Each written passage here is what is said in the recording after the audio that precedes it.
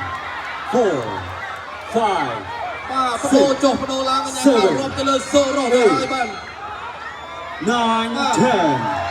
រាប់ដល់10សូរ៉ូក្រោមមកមិនទាន់ទេ 3ហងមានបំណងចង់ប៉ះពេជ្រសម្បត្តិ អូបាទសរសើរដល់ធនមេងហងបាទសូមសម្លេងដល់មេងហងមួយបងប្អូន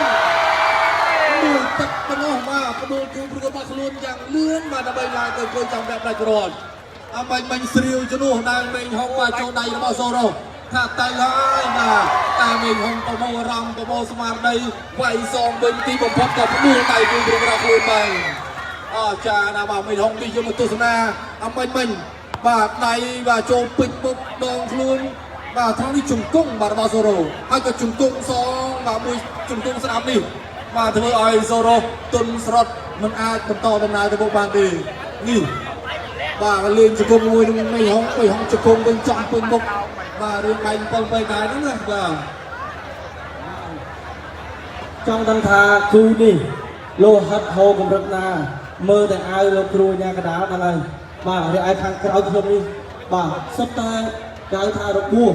ដែលវិញហងបានផ្ដួលចឹងបានថាម្នាក់នេះគឺចាញ់ឈ្នះវងជើងរៀមគឺគេហៅថាជាកីឡាករដែលពេញ ដល់10នៅក្នុងទឹកទី1ជ័យជំនះនឹងបានឡើងទៅវគ្គប្រាច់ព្រាត់ដណ្ដើមពាននិងប្រាក់លានពីហ្គេមស្បឺង Idol គុណខ្មែរ